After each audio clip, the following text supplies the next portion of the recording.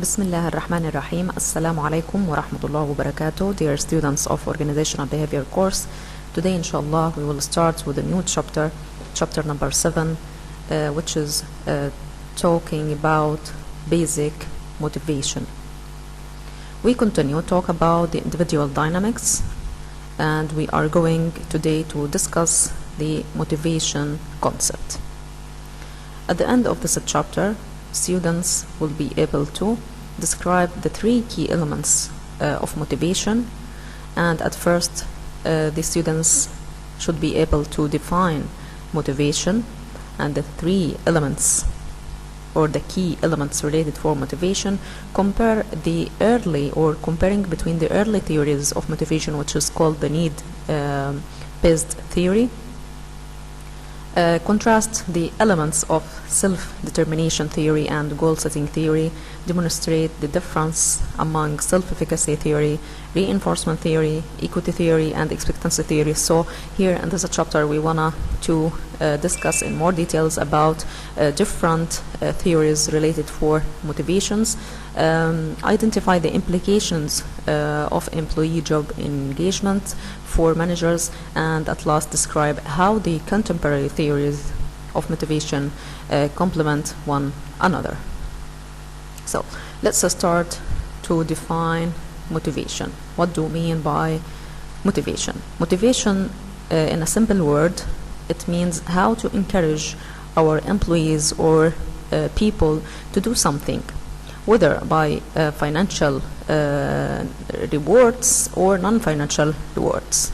Okay, so sometimes the employees do things because this will satisfy specific need or they like to do it. Okay, فالموتيفيشن من داخل المنظمة ممكن يكون تحفيز للموظف نفسه على شكل يعني financial or non-financial incentives، وأيضا خلينا نحكي إنه الامبلويز أو الانdividuals بتحفزوا لفعل الشيء إذا كانوا فعلا هم أصلا حابينه، أو في هذا الشيء إنجازه سيؤدي إلى تحقيق احتياج لدى هذا الموظف. Okay, so again, employees sometimes do things because or perform some tasks because this will satisfy specific needs or they like to do it. For that, organizations should encourage employees to achieve its goals. So it should also make a match between what it need, which is referred to goals, and the individual's needs or the individual's goals.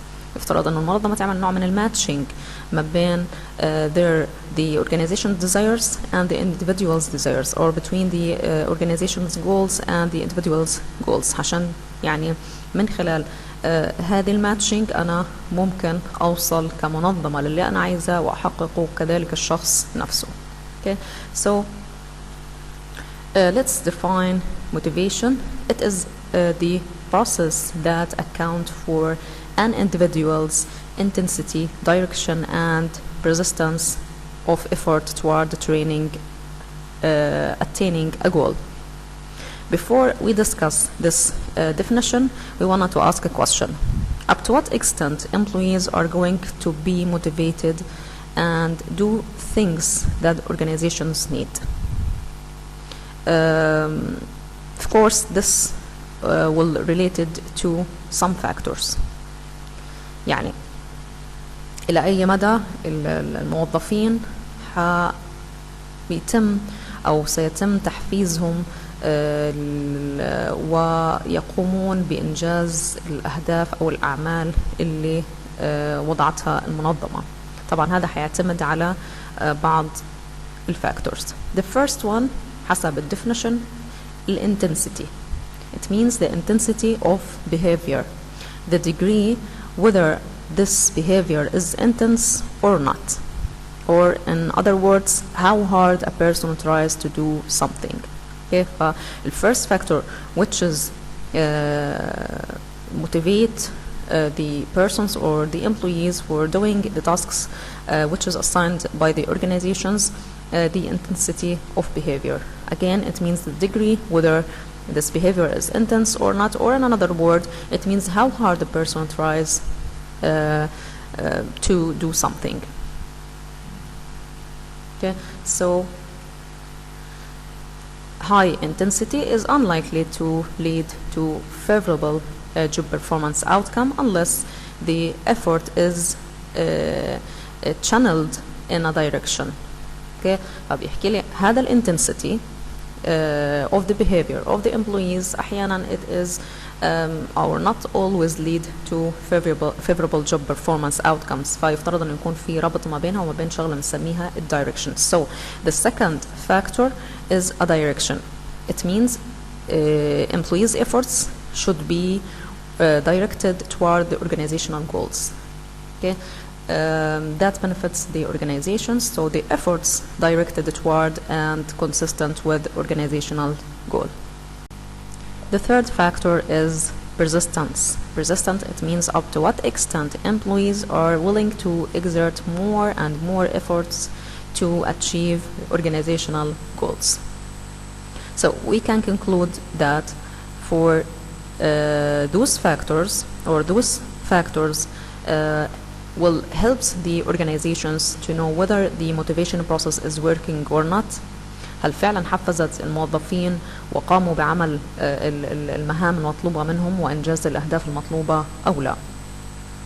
And in our life we use the same mechanism of motivation, but here we talk or focusing on organizations. نفس الفاكتورز اللي بنحكي عنها على الموتيفيشنز هي نفس العملية، نفس الميكانيزم، نفس السيستم، ولكن طالما احنا بنحكي عنها على organizational behavior course فبالتالي احنا بنركز على الميكانيزم of motivation regarding organization. Okay, many theories used to explain motivations, and those theories of course are based on each other. Okay. Most of the early motivation theories explained motivation based on needs, and sometimes it is called a need-based theories. هي ركزت على النيدز بشكل عام. هذه اللي هي ال early theories of motivations، وأحيانا نطلق عليها ب need-based theory.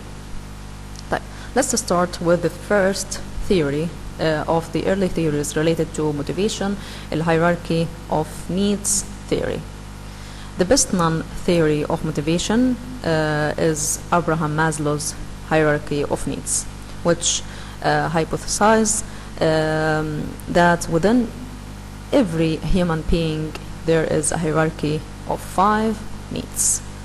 Okay, so Maslow classifying human needs into 5 needs. The first one is physiological needs, or the basic needs. The second one is safety or security needs. The third one is social needs or belonging needs. The fourth one, the self-esteem, and the last one is self-actualization. Okay, so we can define a hierarchy of needs. Abraham Maslow's hierarchy of 5 needs, it is or which is classified into 5 needs. The first one, physiological needs, safety, social esteem, and self-actualization, in which as each need is substantially satisfied, the next need become dominant. Okay, so those needs are arranged according to Maslow in a hierarchical order. It means people to satisfy, or the individuals or the employees to satisfy the safety, for example, needs according to the pyramid. If the employees wanted to satisfy the second need, اللي هي safety, security, or the security need, they should firstly fully satisfy the physiological needs. ما بنقدر انه احنا ننتقل الى الاحتياج الثاني او الثالث الا اذا عملنا full satisfaction for the lower need. okay. هذا حسب طبعا ما وضع مازلو في نظريته اللي هي الحاجات الإنسانية. Okay. Maslow was developed this theory. It is not designed for organizations, while he explained the human needs in general.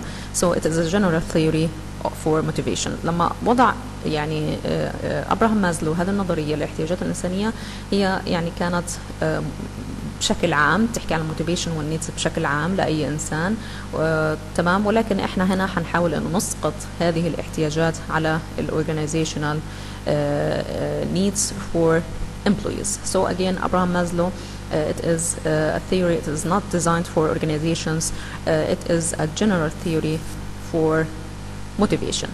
So we wanted to show the general examples of individuals' needs, and we fall it to organizational needs. فحنحكي على الجهتين the same needs اللي هو ال 5 needs موجودة في نظرية مازلو، بس رح نحكي عن كل need according to our general life, and on the other hand according to the organizational need.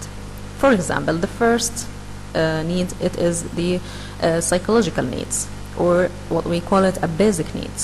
According to Maslow, this need refers to food, shelter, house, or while on the other hand side for organization it is referred to salary.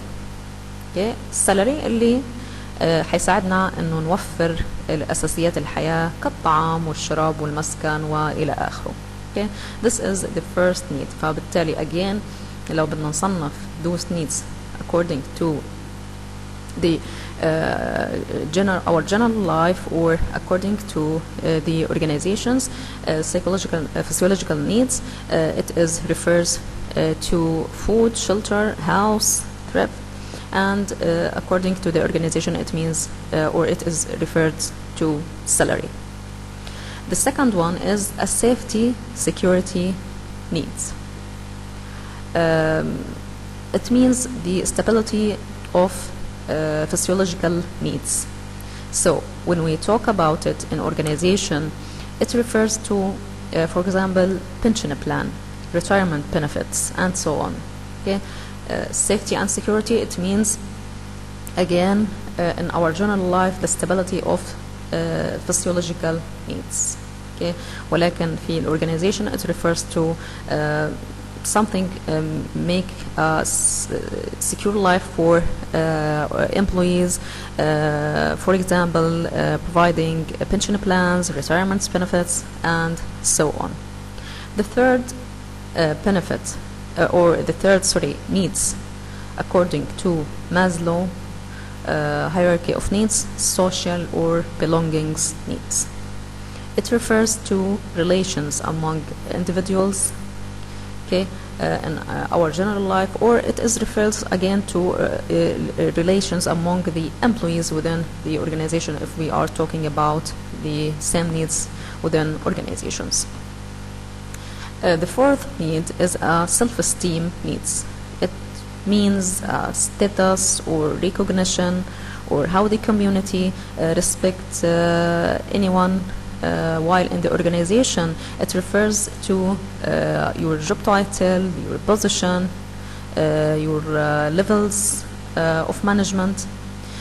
فالسلف esteem تحكي عادة عن احترام الشخص، عن تقديره، عن الاعتراف فيه، عن مكانته، ولكن في الاورجنايزيشن احنا بنحكي هنا على المسمى الوظيفي تبعه، على مكانته الوظيفية، على اي مستوى من مستويات الإدارة هو اصلا موجود. ف this is related to esteem needs. The last need according to Maslow hierarchy of needs is self-actualization. It is the optimal needs حسب طبعا أبراهام مازلو theory. It is refers to challenge job within the organization, promotion, advancements within organization. Okay. According to hierarchy of need theory for Abraham Maslow, he said or argued that no one can go for the next level of needs until he fully satisfied the lower level of needs. So if we ask here a questions, and this is of course one of the criticisms, as you know, for this theory. Why sometimes we go for upper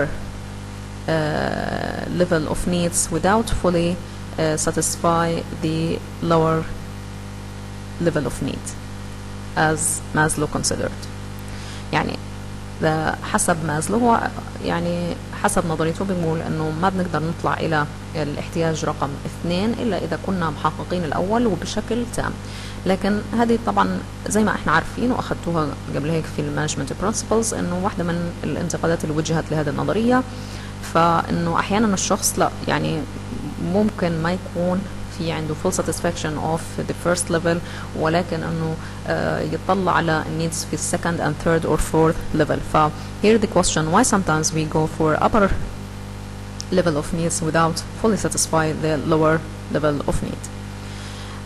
The answer here is because the idea here fully satisfaction of a specific needs doesn't exist.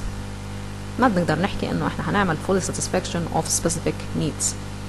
Because as a human, our needs is not stable and developed and grow from time to another. حتى لو كنا احنا بنتحدث على نفس الاحتياج، بنلاقي من فترة لفترة نفس الاحتياج اللي احنا بنحكي عليه بتطور وبنفكر فيه بشكل أكبر. على سبيل المثال الفسيولوجيكال نيدز اللي هو بيحكي على المأكل، المشرب، المسكن، فممكن نفكر في البداية على انه المسكن مثلا في فلات معين، في ابارتمنت. بعد هيك لا الاشي تطور، لا بنفكر احنا يكون في لنا اللي هو منزل خاص وملك لهذا الشخص، بعد هيك لا عايزه يكون فيلا، وهكذا. فبالتالي we cannot say that there is a fully satisfaction of a specific need. This is something that doesn't exist because our human needs is not stable and it is developed or growed from time to another. Okay, so again Maslow considered that no one can think about the higher need until he or she fully satisfy the lower needs, and the optimal or the maximum need is a self-actualization needs. Okay, this is the highest need for any persons according to Maslow theory. So what are the criticisms of this theory, or what are the weaknesses of this theory? The first one, the importance of needs is differ from one person to another. الاحتياجات اللي انت عمال وضعتها وحطيتها بطريقة هرمية، هذه الاحتياجات تختلف من شخص إلى آخر. Okay, so this is one of the weaknesses for this theory. Another thing that need system for any person is complex. تمام. So for the same person the needs differ from one time to another. النيد سيستم نفسه داخل الإنسان كتير معقد. أحيانا الشخص في لحظة من اللحظات بيحتاج شيء، بعد فترة لا ما بفكر في هذا الشيء، بفكر في أمر آخر. أحيانا بعد مرور من الوقت برجع للشيء الأول، الاحتياج الأول اللي هو عايزه. فبالتالي هو something complex، ولكن هو فسر بطريقة سهلة وأنه هي فقط عبارة عن 5 احتياجات، ننتهي من الاحتياج الأول ننتقل إلى الثاني. ولكن this is a weaknesses of this theory. Okay, so again the need system for any person is complex because for the same persons the need differ from one time to another, and the individuals usually try to satisfy a package of need at the same time. طبعا حسب ما حكى مازلو انه لا يفترض بنخلص احتياج ننتقل للاخر، ولكن هذا انتقاد عليه لانه ال individuals usually try to satisfy package of need at the same time. بيحاولوا انهم ينجزوا ويحققوا أكثر من رغبة في نفس الوقت.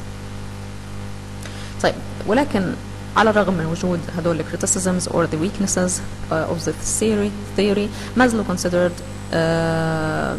one of the most important theories in motivation regardless of those weaknesses. It is considered, or this theory considered, as a foundation for other theories, even it is very simple. Okay. يعني هو وضع الأساس أو اللبنة الأساسية اللي هي مفهوم الموتيفيشن والموتيفيشن ثيوري. اوكي على الرغم من وجود الويكنسز. okay. Before we start with the second theory of motivation, we want to read here what is written about Maslow theory. According to Maslow, as each need becomes substantially satisfied, the next one becomes dominant. So if you want to motivate someone, you need to understand what level of hierarchy that person is currently on and focus on satisfying needs at or above that level. Maslow's theory has received long-standing wide recognition, particularly among participating managers. It is an easy theory to be understood and some research has validated it. And again, as we said before, regardless of the weaknesses or criticism which is directed for this theory, it is considered as the most important theory in motivation, and it is considered as a foundation for other theories, even if it is simple. So let's start with the second early theory for explaining the motivation concept, which is called by two-factor theory for Herzberg, or sometimes we call it the motivation hygiene theory. Okay, the definition for this theory, two-factor theory, a theory that relates intrinsic value to job satisfaction and associates the extrinsic factors with dissatisfaction, also called, or this theory is called by motivation hygiene theory. Okay, so according to Herzberg theory, two-factor theory, Herzberg said that there are two different set of factors. Okay, the first one اللي هي الhygiene factors, and the second one اللي هي motivation factors. The availability or the absence of those factors cause whether satisfaction or dissatisfaction. Okay, so the first factor, which is discussed by Herzberg and this theory, it is the hygiene factors. Okay, the hygiene factors, the absence of these factors lead to dissatisfaction, while the availability of it not cause satisfaction. Okay, it leads to no dissatisfaction. Okay, it is leads to no dissatisfaction. So again, the first factor for this theory, it is the hygiene factors. Again, as argued by Herzberg, the absence of those factors lead to dissatisfaction.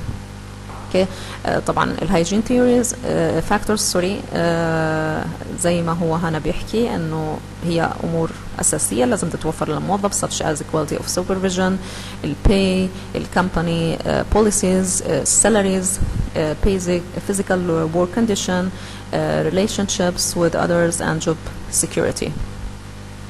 Okay, this is basic factors, or we call it extrinsic factors. فبالتالي بقول لي again the absence of those factors lead to dissatisfaction.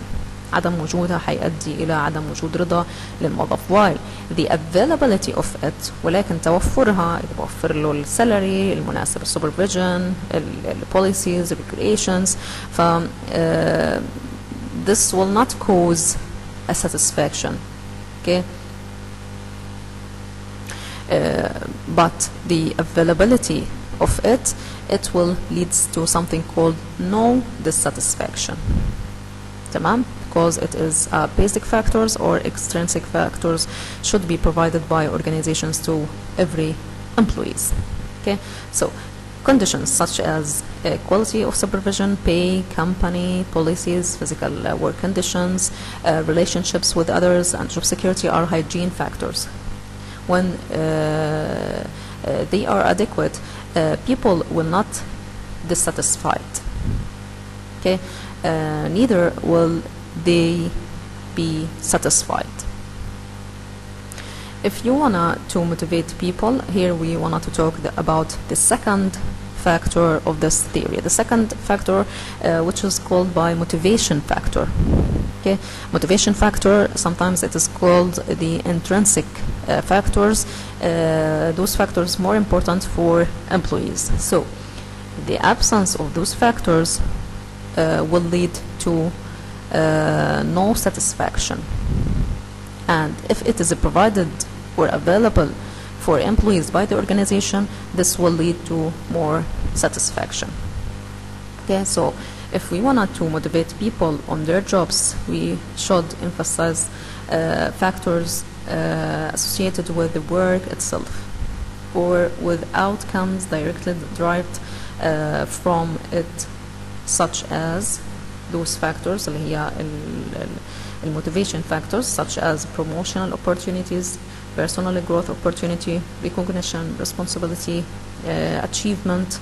Okay, all of those factors considered as an intrinsic factors, which is more important for the employees and motivate the employees to perform a better job. Okay, one of the main issues which is developed by Herzberg in this theory, two factors theories, he suggests that there is an area between satisfaction and dissatisfaction. Okay. احنا لما حكينا سابقا كيف بنقيس satisfaction for the employees، حكينا انه في two ways. The first one اللي هو انه اسأله اذا هو يعني satisfy or not satisfy single factor method. فلا هنا بيحكي لي the researcher or Herzberg suggests that there is an area between satisfaction and dissatisfaction.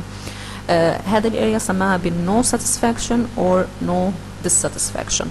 It means the employees don't reach satisfaction level.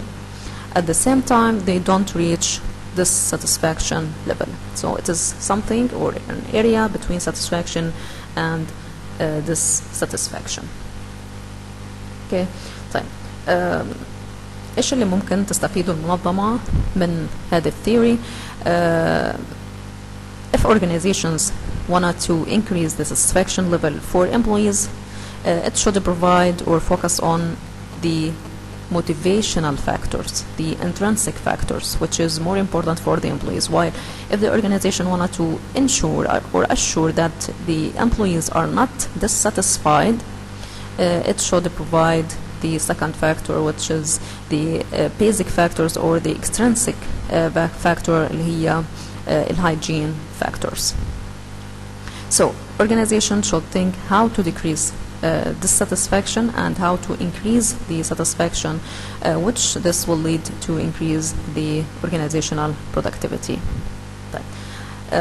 زي ما حكينا عن النظرية السابقة انه في عنا بعض الويكنسز or criticisms or limitations لهذه النظرية. ايضا النظرية الثانية for Herzberg اللي هي two factors theory وجهت لها بعض الانتقادات. So what are the limitations of this theory اللي هي two factor theory? The first one, according to this theory, ممكن طبعا يكون في عندي نوع أو يظهر نوع من البايس اللي احنا سميناه بالself-serving bias, which is discussed before. Employees or the people here will blame organization for any dissatisfaction, while any satisfaction the employees may refer it to themselves, to their performance, to their achievement. Okay, فبناء على هذه النظرية اللي بتحكي على satisfaction and dissatisfaction، وإنه dissatisfactions لأنه المنظمة مش موفرة إلي extrinsic or the basic factors زي ال pay، زي ال company policies، ال physical working condition، فبالتالي ممكن يظهر عندي نوع من البايس نسميه self-serving bias. فبالتالي الموظفين حيبدوا بإلقاء اللوم على المنظمة، هم السبب في وجود dissatisfaction، ولكن أي satisfaction حيكون related for the employees, for their performance, for their achievement and so on. The second limitation, Herzberg didn't use a certain tool to measure satisfaction. So it is a hypothetical theory. يعني هي نظرية افتراضية وضعها يعني بشكل كتابي، ما طبقها على شكل بحث أو باستخدام يعني tool معين يقيس بالضبط كم نسبة satisfaction or dissatisfaction for the employees. The third limitation, he assumed that there is a relation among satisfaction and increased productivity for organization, but he didn't use a research to ensure it.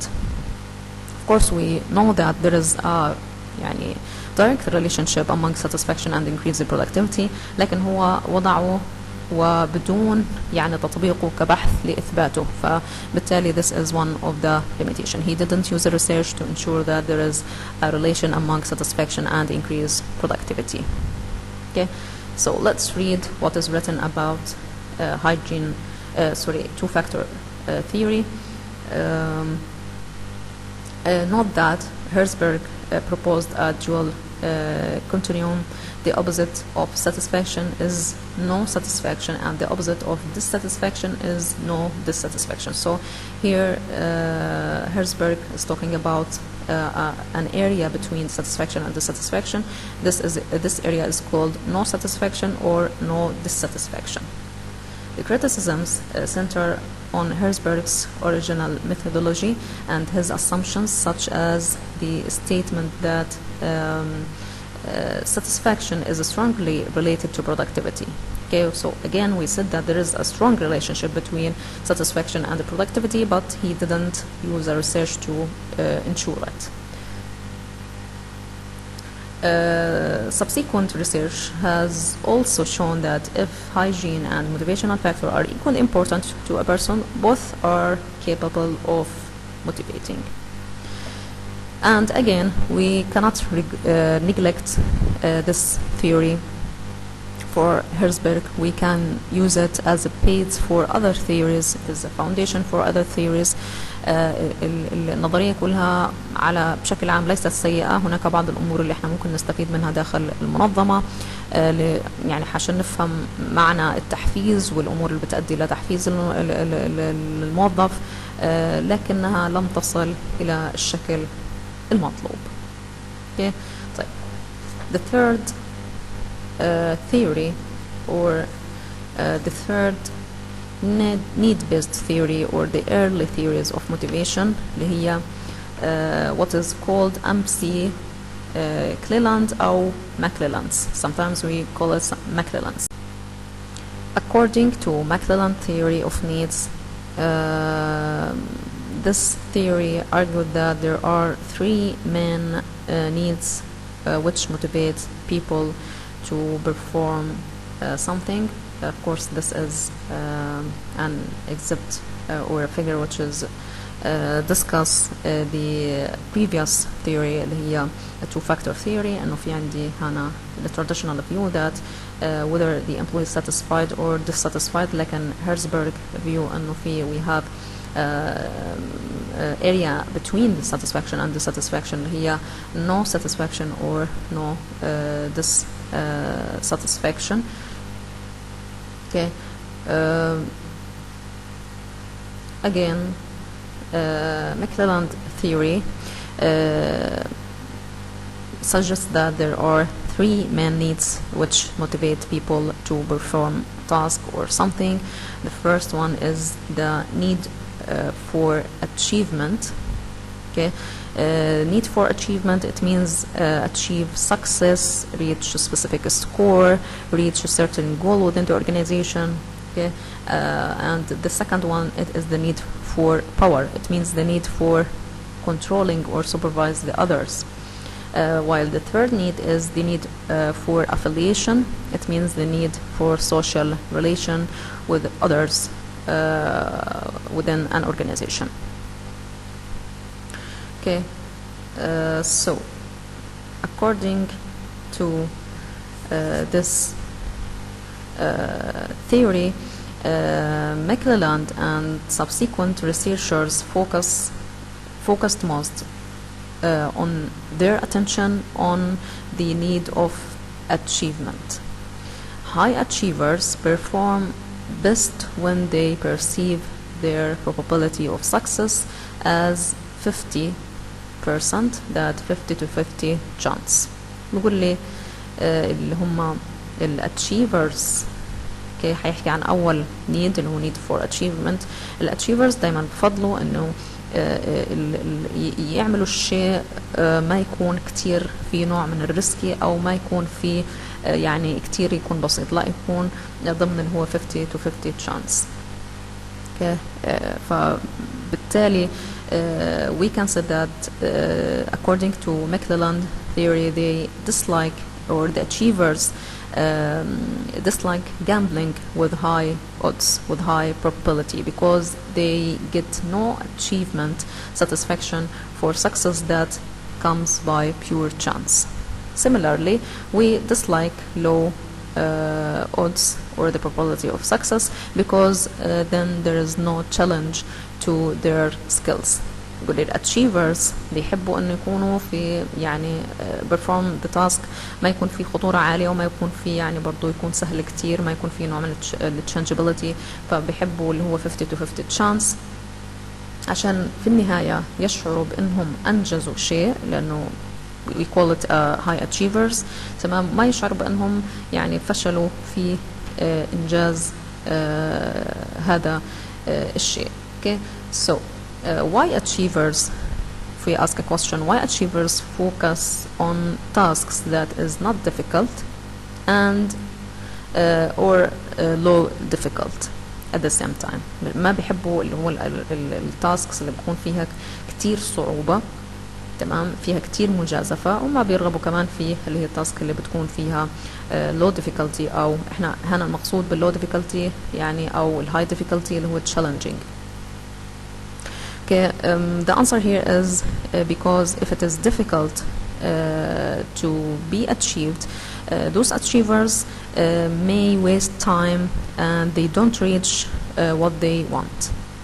Okay, and if it is simple with no challenge, okay, فبالتالي هم حيشعروا بأنهم لم يفعلوا شيئا، هم أصلا بنسميهم احنا بالهاي achievers. Okay, فبالتالي دائما ببحثوا على tasks moderately، خلينا نحكي risk with a moderate risk، ما تكون كتير صعبة، ما تكون كتير فيها challenge، لأنه مش حيصلوا للشيء النفس اللي هم حابين يوصلوا له بالachievement العالي، في نفس الوقت انه مش ما بيرغبوا بانه يكون بسيط جدا، ما في اي نوع من الchallenge، لانه هيك مش حيشعروا باي يعني طعم من الانجاز، فبالتالي they prefer something in between. Okay, let's continue. The three needs are linked to important outcomes. Okay, the first one, when jobs have high degree of personal responsibility and feedback along with an intermediate degree of risk, high achievers are strongly motivated. طيب, the first outcome for this theory بيقول لي انه achievers show high degree of responsibility toward طبعا their tasks because they wanted to take a credit for achievement. دايما بيحبوا تكون كل المسؤولية على إنجاز التاسك عليهم هم، لأنهم إحنا بنسميهم ببساطة هي achievers، فبالتالي بيحبوا ينسبوا الشيء لهم to take a credit for achievement. And also they like to have a feedback. Feedback, it means a recognition of management, and also it means follow up by to follow up the tasks and discover if there is any deviation, to do it in a better way or to correct it.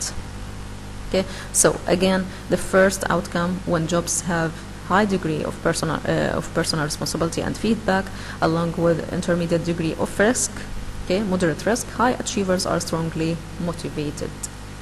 The second one, high need of achievement doesn't necessarily make someone a good manager, especially in large organization. People with high need of achievement are interested in law will they don't personally and no in influencing other to do well.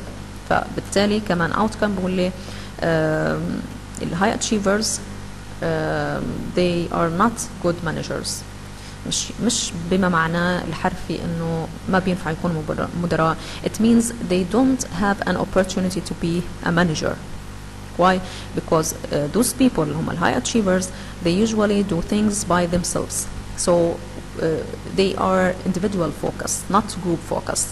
Okay, and the organizations, as you know, usually search for managers who organizational oriented rather than individual oriented. دايما الاتشيفرز بيحبوا ينسبوا الشيء لهم الانجاز لهم full responsibility of the task to be done by themselves. ولكن هذا ما بينفع بالنسبة للmanagers. Okay. طيب the third one, the most effective leaders are high in the need of power. المانجرز عادة بياخد يعني من الثلاث احتياجات اللي احنا ذكرناهم اللي هو need of power اللي هو ال ability to supervise and or the need for controlling others. Okay. According to recent research,